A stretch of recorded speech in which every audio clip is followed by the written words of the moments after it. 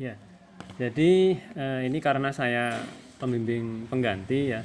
Jadi dari waktu proposal memang saya nggak mengikuti bimbingnya. Jadi ini tiba-tiba langsung hasil gitu ya. Nah baik, Esther, selamat ya pertama sudah sampai ke tahap ujian hasil. Baik, yang saya tanyakan yang pertama mengenai latar belakang ya. Latar belakang di penelitian Anda itu apakah studi pendahuluan yang Anda lakukan memang ada spesifik masalah di sana yang perlu diteliti?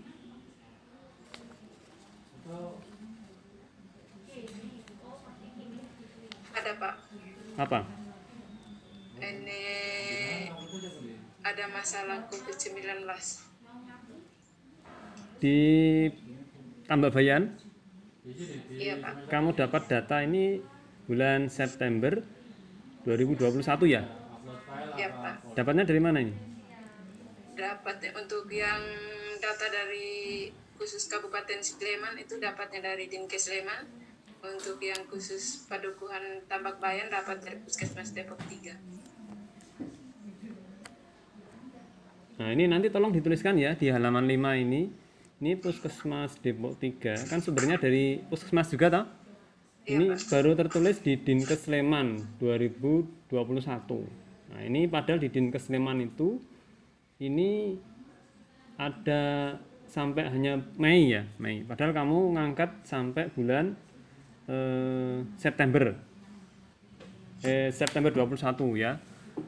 Nanti tolong dilengkapi ya untuk sumbernya, sumber data yang kamu peroleh. Iya Pak. Kalau memang kamu dapat dari Puskesmas ya dituliskan ya, biar ada kejelasan datanya. Baik, kemudian dilanjut untuk kehasilan penelitian ya. Anda ini ada banyak kehasilan penelitian ya yang ditulis di sini ya, ada 5 ya. Tapi di sini ada beberapa yang di dalam kehasilan penelitian itu tidak menyebutkan hasil dan jumlah sampel yang ada pada penelitian yang kamu pakai ya. Misalnya ya, penelitian Afrida Vida ya, ini jumlah sampelnya berapa? Nggak jelas. Kemudian hasilnya apa? Nggak jelas. Loh, kenapa kamu kok ambil ini? Nah ini kamu hanya dituliskan persamaan perbedaan, kemudian judulnya sama metode penelitiannya, sampelnya belum, hasilnya juga belum, ya. Iya Pak. Nah nanti ditambahkan ya, ini semua ini kehasilan penelitian 1, ini ada belum, nomor 2 Setia Budi juga belum dijelaskan. Kenapa kamu kok milih yang ini kehasilan penelitiannya? Itu ya disesuaikan dengan yang kamu teliti. Ya, yang akan kamu teliti juga. Sampelnya berapa Setia Budi ini, hasil penelitiannya apa? Ini. Kemudian nomor 3 juga belum. Nomor 3 sampel sudah menyebutkan 62. Kemudian hasil penelitiannya belum ya. Nah, nomor 4 juga belum, sampelnya berapa, hasil penelitiannya berapa. Jadi kehasilan penelitian itu membandingkan antara yang kamu teliti dengan penelitian orang lain yang memang itu secara teori itu ya istilahnya hampir mirip dengan punyamu ya, tapi ada bedanya, itu dijelaskan gitu ya. Baik, nanti tolong ditambahkan ya. Kemudian di tinjauan teori ya, tinjauan teori seperti dari Bu Ratih tadi, ini kamu menjelaskan apa? Menjelaskan variabel penelitian apa di dalam bab 2 ini? Ada pengetahuan, kepatuhan protokol kesehatan dan COVID-19. Pengetahuan sudah dijelaskan. Kemudian saya cek lagi di halaman 17, halaman pengetahuan. Sudah, tolong dibuka halaman 17, Esther. Ya. Sudah Pak. Nah ini ada cara mengukur pengetahuan ya toh. Nah ini menurut Ari Kunto ya, Ari Kunto 2010 ada 3, baik, cukup, kurang ya toh. Nah terus kemudian langsung nyambung ini di definisi operasional seperti yang disampaikan Bu Ratih tadi ya. Definisi operasional halaman 50 ini enggak kamu pakai, punyanya Ari Kunto ini enggak kamu pakai. kamu hanya menuliskan cukup dan baik saja. Itu pun tulisannya seharusnya baiknya di atas, cukupnya di bawah. Ya toh? Ya, Nah, kenapa kok nggak kamu pakai teorinya Ari Kunto ini? Berarti ini nggak pakai, nggak perlu ini. Ayo Esther, kamu malah membuat yang lain cukup dan baik. Terus kategorinya 12 sampai 32, apakah 12 sampai 32 itu 56 sampai 75%? Baik itu lebih 33 itu 76 sampai 100%? Apakah begitu? Ayo Esther, ya. Ya silahkan dipikirkan. Kamu kok tiba-tiba kategorinya berubah. Nah, apa gunanya menurut teori Ari Kunto itu kamu terapkan di situ? Nggak berguna itu.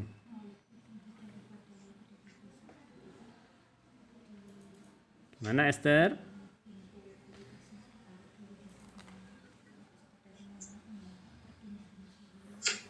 Ini saya rekam ya, nanti akan saya upload ke YouTube saya ya.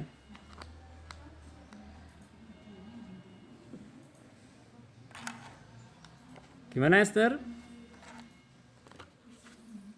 Kalau misalnya ya kamu pakai 2 kategori ya, cari teori yang memang ada membahas 2 kategori itu, jangan pakai teori yang 3 kategori ya. Jadi ini kamu mau pakai yang 3 kategori atau 2 kategori? kalau di teori 3 kategori. Nah iya, berarti kan nggak sesuai dengan teori yang kamu tulis toh. Ya. Nah ini, nah nanti silahkan dipikirkan ya, nanti konsul lanjutan ya. Kalau misalnya pakai 3 kategori berarti nanti merubah semua, termasuk merubah hasil. Kamu tadi bilang yang kurang tidak ada, yang kurang tidak ada. Kurang tidak ada itu kan menurut punyamu ya. Kurangnya ini kategori. Wah ini nyambung lagi ke kuesioner ya. Jadi saya malah lihat ke kuesionernya ini. Nyambung lagi ke kuesioner. Kamu menentukan cukup 12 sampai 32 ini dari mana? Kamu dari mana? Ngitungnya dari mana? Itu menggunakan rumus, Bu, Pak. Nah iya, rumusnya gimana? Kan ini kan pengetahuan kan ada 9 berapa soal nih? 24 soal. Benar salah? Kamu pakai 12 atau 01?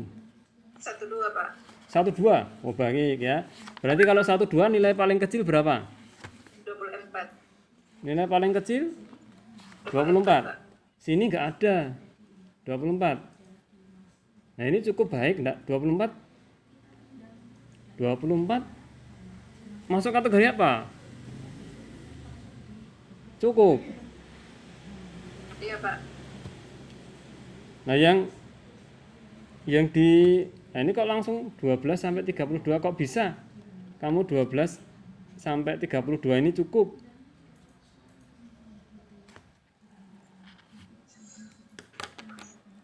Seharusnya kategorinya dituliskan ya mulai dari yang terkecil, nilai yang paling terkecil itu kan nilai paling rendah, skor paling rendah kan 24 ya. Mulai dari 24 itu dibuat itu masuk kategori apa ya. Kemudian paling tinggi berapa nilainya?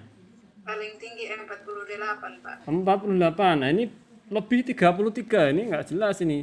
Lebih 33 kan bisa 100. You know? Nah, ini tolong anu ya. Di range-nya, di angkanya itu berdasarkan kuesioner yang Anda buat. Berdasarkan penilaian yang Anda buat ya. Nah, ini perlu merubah lagi nih kategori yang kamu pakai ini. Nah, menurut saya seperti itu, Bu Francisca. Halo, Bu Francisca. Ya, Menurut Bu Francisca bagaimana ini, Bu? Sudah selesai belum, Pak? Belum. Saya cuma diskusi dulu sebentar dengan Bu Francisca dari kategori ini, karena nanti kalau kategorinya berubah, nanti hasilnya juga ya bisa berubah ke belakangnya. Ini hasilnya nanti ke belakang ini berubah karena dari di halaman 48 terkait sampel tadi yang yang Esther Lero sampaikan bahwa jumlah sampelnya kan ternyata di sini dipatok 75, sementara di RT 11 sendiri ada 15 orang, sementara di halaman 48 itu 45. Ya kan, memang data pada saat proposal itu sebenarnya apa namanya 45 ya kalau tidak salah, tapi pada saat di lapangan itu ternyata hasilnya itu berbeda, yang didapatkan di lapangan itu berbeda, makanya apa namanya untuk total besarnya sampel di sini kemungkinan akan bisa berubah tergantung dari apa namanya yang didapatkan di lapangan respondennya. Ya, ya, ya, ya. Ya, baik, baik. Situ dulu, Ya, ya. kayaknya dari situ dulu baru nanti masuk ke definisi operasional. Ya, ya, Itu ya. otomatis nanti akan berubah hasilnya ini, Esther. Esther ini kayaknya berubah banyak ini, Esther. Ini banyak banget perubahannya. Makanya saya juga kaget pertama pas membuka di halaman 48. Seingat saya itu dulunya itu sampelnya nggak seperti ini 45 kan, awalnya kan 75 ya respondennya, sementara populasinya kan kalau nggak salah 225. Nah pada saat Esther Lero presentasi tadi ya kan, ternyata di RT 11 itu sampelnya itu ada 15, iya enggak? Yang awalnya itu kan 45 tuh, ya kan? Berarti ada yang tidak ada, iya enggak? Ya, Bu. Dan ini kan diambil secara acak kemarin kalau enggak salah. Iya, Bu. Ya, baik, Jadi baik. akan banyak sekali perubahan ini, Ya. banyak sekali Esther. Baik, baik. Tapi nanti kita diskusikan lagi ya Ya. setelah selesai Ya.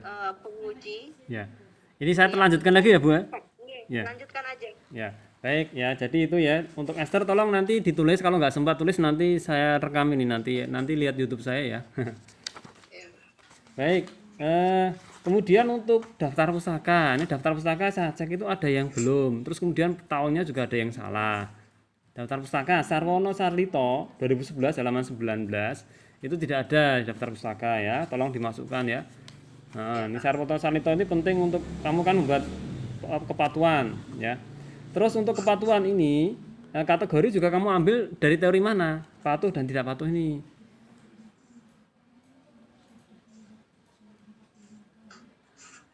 Kalau misalnya ada teorinya, tolong di bab 2 dituliskan ya bahwa kepatuhan itu bisa diukur dengan kategori patuh dan tidak patuh. Kalau patuh berapa persen, tidak patuh berapa persen. Tolong nanti dicari teorinya ya, Esther.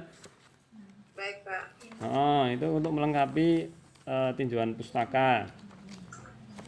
Kemudian untuk metode penelitian ya, metode penelitian. Waktu yang Anda lakukan itu Februari sampai Juli, padahal di rencana di lampiran Anda ini beda. Di lampiran Anda buka silahkan halaman 79. Halaman 46 sama 79 waktunya berbeda ya. Di halaman 79 itu September 21 sampai April 22. Di halaman 46 ini Februari 22 sampai Juli 22. Ini yang benar yang mana?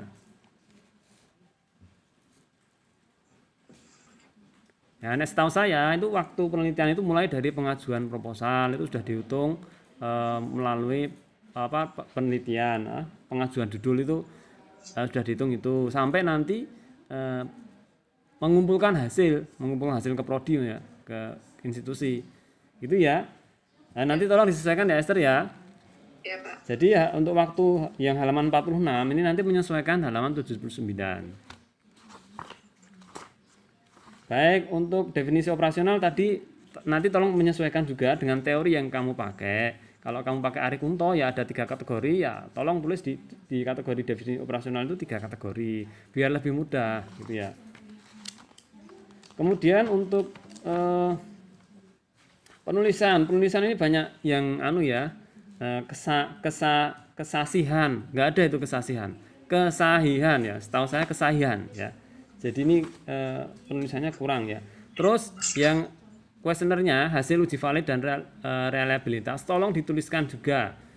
Misalnya kamu tadi ada yang tidak dipakai terus dibuang, tolong di keterangan yang kamu sampaikan itu ditulis di bab 3 itu ya, bahwa setelah dilakukan uji validitas di sini kapan ada hasilnya ada 2 pertanyaan yang tidak valid. Nah, karena 2 itu sudah terwakili oleh pertanyaan sebelumnya, maka 2 itu peneliti hilangkan. Nah, gitu tolong dituliskan ya.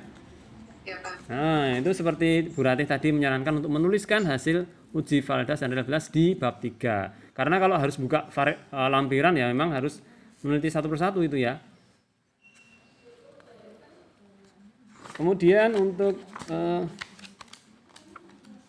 pembahasan.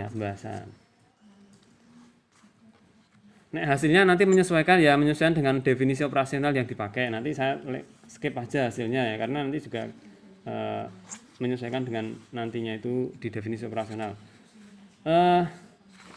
Di pembahasan itu kamu sudah menuliskan tentang deskripsi yang dibahas, yaitu hasil yang dibahas, univariat atau bivariat sudah dibahas, tetapi ada yang belum dilengkapi ya. Jadi di bagian pengetahuan sama kepatuhan, ini dari peneliti lain belum kamu bandingkan ya. Jadi ditambahkan tentang perbandingan dengan hasil penelitian lain ya. Nah, bisa kamu pakai dari keaslian tadi. Jadi keaslian penelitian itu juga bisa dipakai untuk membahas di sini ya. Jadi gunanya untuk membuat keaslian penelitian itu ya untuk membandingkan penelitian saya dengan penelitian lain itu ada perbedaan di sini loh, ada persamaan di sini loh. Ini nanti untuk membahas bahan untuk membahas juga ya. Ya, gitu. Untuk yang bivariat di halaman 70 ini sudah kamu bandingkan dengan keaslian penelitian punyanya Afrida ya. Tetapi penulisanmu yang salah ya. Jadi di halaman 70 itu penelitian ini hampir sama penelitian yang dilakukan oleh Afrida ya. Dengan hasil penelitian menunjukkan ada hubungan kepatuhan dengan kepatuhan. Apa benar kepatuhan dengan kepatuhan? Punyanya Afrida? Salah itu. Dengan kepatuhan. Nah iya, jadi pengetahuan dengan kepatuhan ya, punyanya Afrida seperti itu. Nanti tolong diperbaiki. Baik, ini untuk kesimpulan ini sudah menjawab tujuan sama saran juga sudah hampir mirip dengan manfaat ya. Tetapi nanti isinya nanti menyesuaikan dengan tadi itu hasil yang dibahas dengan kategori-kategori yang sudah disesuaikan dengan teori. Itu ya Esther ya. Ya Pak. Baik, itu saja dari saya Bu Francisca. Terima kasih. Mohon maaf bila ada kesalahan. Saya kembalikan ke Bu Francisca. Oke, baik, terima